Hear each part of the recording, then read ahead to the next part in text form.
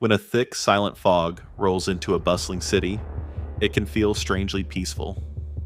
It's a quiet that settles over the concrete and steel, turning streets you walk every day into alien landscapes. We've all felt that strange calm, but fog has a much darker side.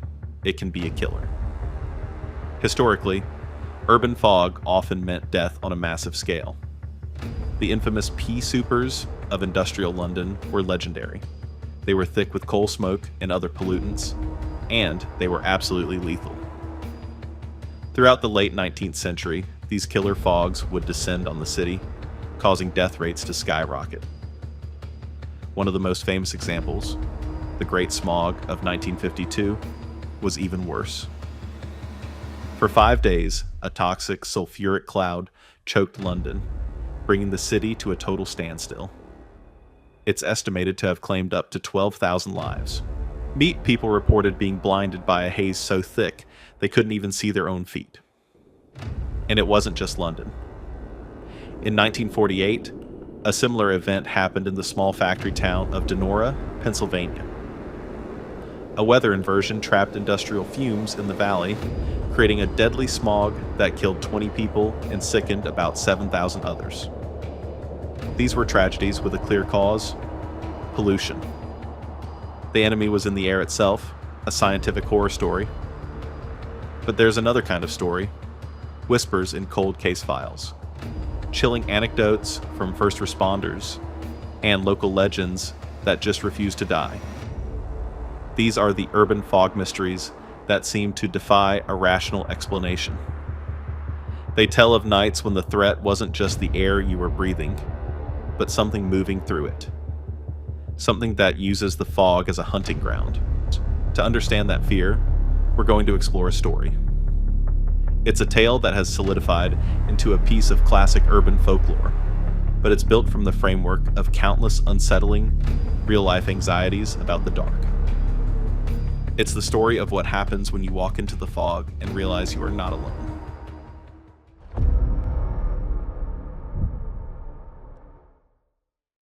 Our story is about a man we'll call Arthur, a quiet, meticulous watchmaker in a sprawling, unnamed city. Arthur was a creature of habit. His life, a lot like the clocks he fixed, ran on a precise schedule. He lived in a small apartment above his workshop, a place filled with the gentle ticking of 100 clocks and the smell of oil and old brass. Every single night, no matter what, he would lock his shop at 9 p.m. and take a 30-minute walk through Avalon Park, a big green space known for its old oak trees and a glassy lake. This park was his sanctuary, the familiar crunch of gravel under his shoes, the distant hum of the city. It was the perfect way to unwind after a day spent hunched over tiny, intricate gears. But on this particular evening in late autumn, something was different. As Arthur locked his door, he noticed the air, and it felt unusually still and heavy, with a damp, earthy smell. A fog, thicker than any he'd seen in years, was rolling in. This wasn't the usual wispy mist. This was an opaque, silent wall of gray, and it was moving with an unnerving speed. Streetlights turned into blurry, haloed smudges. The sound of traffic from just a block away was already being swallowed, replaced by a deep quiet. Most people might have turned back, sticking to the main streets. But for Arthur, this was part of the appeal. A city silenced, its hard edges softened by the mist. He saw it as a rare, beautiful event. He pulled up the collar on his coat and, with a sense of quiet excitement, stepped off the curb toward the park entrance, disappearing into the gray. He didn't know it, but that simple routine act was the last normal thing he would ever do. The fog wasn't just changing the landscape, it was changing the rules of his world. And something was already waiting for him inside.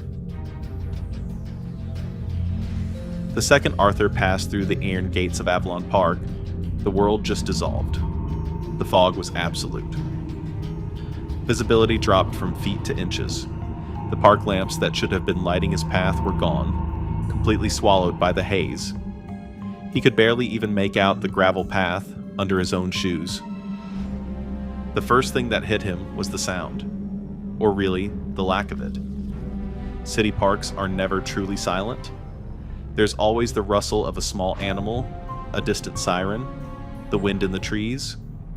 But here, inside this fog, there was nothing. A dead, oppressive silence that felt like a physical weight. His own footsteps, normally a comforting sound, were now unnervingly loud, even as if he were the only moving thing in the universe. He tried to follow his usual route from memory, brushing his hand against the cold, wet bark of an oak tree every now and then to get his bearings. He figured he should be rounding the north side of the lake by now. He was expecting to hear the gentle lap of water against the stone embankment, but the silence was total. A prickle of unease started to crawl up his spine. He told himself it was just the fog. It's known to play tricks on your senses to make you feel disoriented. He stopped for a moment, straining his ears, trying to catch any familiar sound, and that's when he heard it. It was faint at first, coming from somewhere up ahead, deep in the fog. It wasn't a footstep. It was a soft, wet, scraping sound. Scrape, pause, scrape. The rhythm was all wrong. It was the sound of something heavy being dragged across the gravel.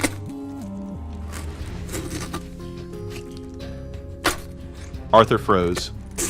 Every nerve ending lit up. He was a man who lived in a world of subtle clicks and ticks. His hearing was his finest tool, and he had never heard a sound like this before. It sounded organic, but completely unnatural. He stood motionless, holding his breath, just listening. The scraping stopped. That profound, suffocating silence rushed back in. Had he imagined it? Maybe a branch being dragged by the wind? No, there was no wind. The air was dead still. He took one cautious step forward, his shoe crunching loudly on the gravel. And from the fog ahead, a sound answered him. Not the scraping this time. It was a low, guttural cough. Deep and wet, it echoed in the dense air in a way that made it impossible to tell exactly where it came from. But it sounded close. He felt way too close. The illusion of peace was shattered. The fog no longer felt like a blanket. It felt like a cage. He was suddenly, horribly aware that he was not alone. That primal feeling of being watched became an undeniable certainty. He turned around, planning to run back the way he came, back to the lighted streets. He started walking faster, his heart hammering against his ribs. Behind him, the scraping sound began again. Only this time, it was faster. It was keeping pace with him. Panic started to set in, cold and sharp. Arthur broke into a jog, his calm, predictable walk now a desperate escape. He fought the terrifying urge to look over his shoulder. That scraping sound was relentless, a constant, wet, dragging noise that stayed right behind him. No matter how fast he ran, it never got closer, and it never got farther away. It was just there, pacing him through the fog. His lungs were on fire. His mind was racing, trying to come up with a rational explanation. An animal? What animal makes a sound like that? Another person? Why would they be dragging something? And why would they be chasing him? He risked a single glance behind him. Nothing. Just an endless, swirling vortex of gray. But in that one moment, he looked back. His foot caught a tree root. He went down hard on the damp gravel, even the impact knocking the wind out of him. He lay there for a second, stunned, the rough stones digging into his palms. The scraping sound stopped. Silence. That terrifying, absolute silence was back. He pushed himself up, his hands scraped and bleeding, his body trembling. He was completely lost now. The path was gone. All around him were the dark, hulking shapes of trees, their branches like skeletal fingers reaching out of the mist. He stood perfectly still, listening. He could hear his own ragged breathing, the frantic drumming of his heart. And then, from somewhere to his left, a new sound, a soft, continuous hum. It was a low-frequency vibration that he felt as much as he heard, a deep thrumming that seemed to resonate in his skull. He slowly turned his head toward the hum, and through a momentary, swirling break in the fog, he saw it. It was a shape, tall, impossibly tall and thin, standing among the trees. It had to be at least 7 or 8 feet high, a slender, elongated silhouette. Its limbs seemed too long, its joints bending at angles that just felt wrong. It was motionless, a stark black cutout against the gray canvas of the fog. He couldn't see a face or any features, just a towering, silent presence. It wasn't threatening him, not moving toward him. It was just watching. A wave of pure, undiluted horror washed over Arthur. This wasn't a person. It wasn't an animal. His logical, scientific mind, the mind of a watchmaker who knew everything had a rational mechanism, it just broke. Every instinct screamed at him to run, but his feet felt like they were bolted to the ground. The tall figure swayed slightly. The humming got louder, and a new sound joined it, a high-pitched, clicking shriek. It sounded like 1,000 frantic insects, amplified into a chorus that grated on your nerves and felt completely alien. The figure took a step toward him. It didn't walk, it glided, as if it were being pulled forward. The scraping sound returned, and in that horrifying moment, Arthur finally understood. The sound wasn't something being dragged behind it. It was the sound of one of its own limbs, twisted and useless, dragging along the ground as it moved. Arthur finally found his voice. He screamed. It was a raw, desperate sound that the fog seemed to swallow instantly. He turned and ran, blindly, wildly, crashing through bushes, branches whipping his face. The clicking shriek pursued him, seeming to come from all directions at once. A disorienting, terrifying noise. The world was just a blur of gray fog and black trees, and the only reality was the inhuman sound that was hunting him.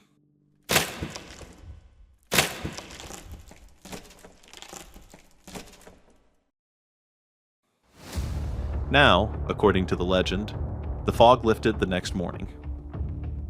A jogger running along the edge of Avalon Park made a grim discovery. Just inside the tree line, not far from the lake, lay the body of Arthur the watchmaker. The story goes that when police arrived, nothing made any sense.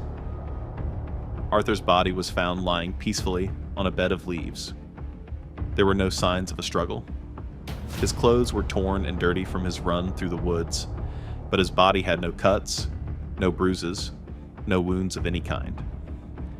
His wallet was in his pocket, and his expensive watch was still on his wrist. So it wasn't a robbery.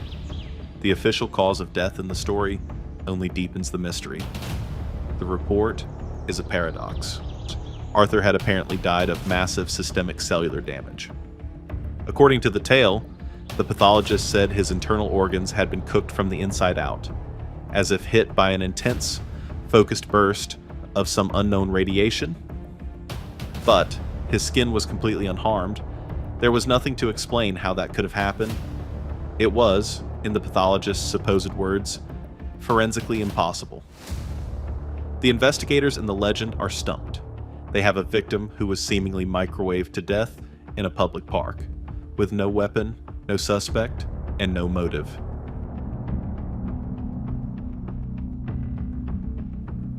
And the clues they find only make the story weirder. Around the body, they discover a set of tracks in the damp earth, but they aren't human. The footprints are large and strangely shaped, with 3 long, slender toes. They lead out from the woods, recircle the spot where Arthur's body lay, and then just vanish in the middle of an open clearing, as if whatever made them just ceased to exist. Near the last footprint, an officer supposedly finds a small doll, crudely woven from twigs and twine. It's shaped like a stick figure, but with unnaturally long, twisted limbs. A chilling little effigy. But the most bizarre piece of evidence in the story comes from a sound-activated, bird-watching camera a hobbyist had set up near the lake. It was triggered by Arthur's scream. The video is useless, just a wall of gray fog, but the audio captures the impossible. First, Arthur's muffled scream. Then, right after, that high-pitched clicking shriek. The legend says that acoustical analysis labs all came to the same conclusion. The sound didn't match any known animal on Earth.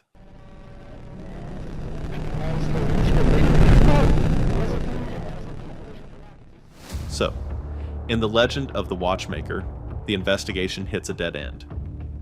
Faced with evidence that defies all logic, the official case just withers away. The footprints are never identified. The audio is labeled an anomaly. The twig doll is stored in an evidence locker, forgotten. Publicly, the story is contained. The official cause of death is listed as death by misadventure. A man went for a walk in the fog and died. Case closed. But that's how urban legends work, right? The story spreads through whispers among police officers, EMTs, and coroners. It becomes a cautionary tale told to rookies, a ghost story born from a core of supposedly inexplicable, but entirely fictional, facts. Now, is the story of Arthur the Watchmaker true? Almost certainly not. There's no record of any such case. But the reason the story persists is because it speaks to a deep primal fear. The fear of what lies hidden when our most basic sense, our sight, is taken away. The fog erased the known world, and in that void, the story says, something else was free to walk. While The Watchmaker is a work of fiction, the terrifying ideas in that story echo in countless local legends and strange reports where fog is the main ingredient. These stories showed just how deep our fear of the mist really is. Take the local lore from around Morro Bay, California. For years, kayakers and beachgoers have shared unverified stories of strange encounters when the thick coastal fog rolls in. In one tale, a group heard what sounded like human cries coming from the dense fog over the water. Later, they found a set of fresh, she-webbed footprints coming out of the surf and leading into the woods, tracks that didn't match any known animal. Then you have online horror stories, or creepypastas, that use fog as a central element. There's a famous one about a place nicknamed Dead Valley, a hollow that would supposedly fill with a strange, ash-colored fog. The legend claims any bird that flew into the mist would drop dead from the sky, and that the valley floor was littered with animal bones. It's a terrifying work of fiction, but it plays on that same idea of fog as a toxic, unnatural force.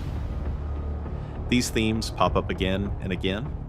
You can find dozens of stories online from people who were exploring foggy woods or abandoned buildings, only to hear disembodied screams or find strange, creepy dolls with button eyes, eerily similar to the one in the Watchmaker legend.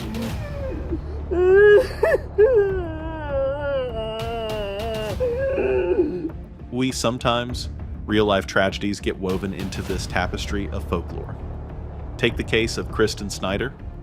In 2003, she disappeared after her abandoned truck was found near the Golden Gate Bridge. Over time, stories about her disappearance have often incorporated the detail that she was last seen walking into a dense, thick fog on the bridge before she vanished. The fog adds a layer of mystery and supernatural horror to an already tragic event, showing how we use these ideas to try and make sense of the unknown. The story of the watchmaker who walked into Avalon Park is more than just a ghost story. It's a narrative built from fragments of our collective anxieties about the dark and the unseen. It's a legend that gives a face to a universal fear. Fog is a liminal space. It's a temporary borderland between what we can see and what we can't, the known and the unknowable. It messes with sound, it distorts distance, and it erases the world we thought we knew, forcing us to rely on nothing but our most primal instincts. The historical deaths from the smogs in London and Donora proved that fog can be a very real scientific threat. But the persistence of these other stories, the legends of strange figures, impossible footprints, and unearthly sounds, suggest that sometimes the danger isn't the fog itself. It's what we imagine is hiding inside it. So, the next time a deep, silent fog rolls into your town, blanketing the streets you thought you knew, you have to wonder, what exactly is it hiding? What do you think is behind these stories? Is it all just our imagination running wild in the gray? Or could there be something more to it? Let me know your theories in the comments below. I really do read them. These mysteries are always best explored together, and if you enjoy diving into the unexplained, make sure you subscribe to more stories from the shadows. Stay safe out there.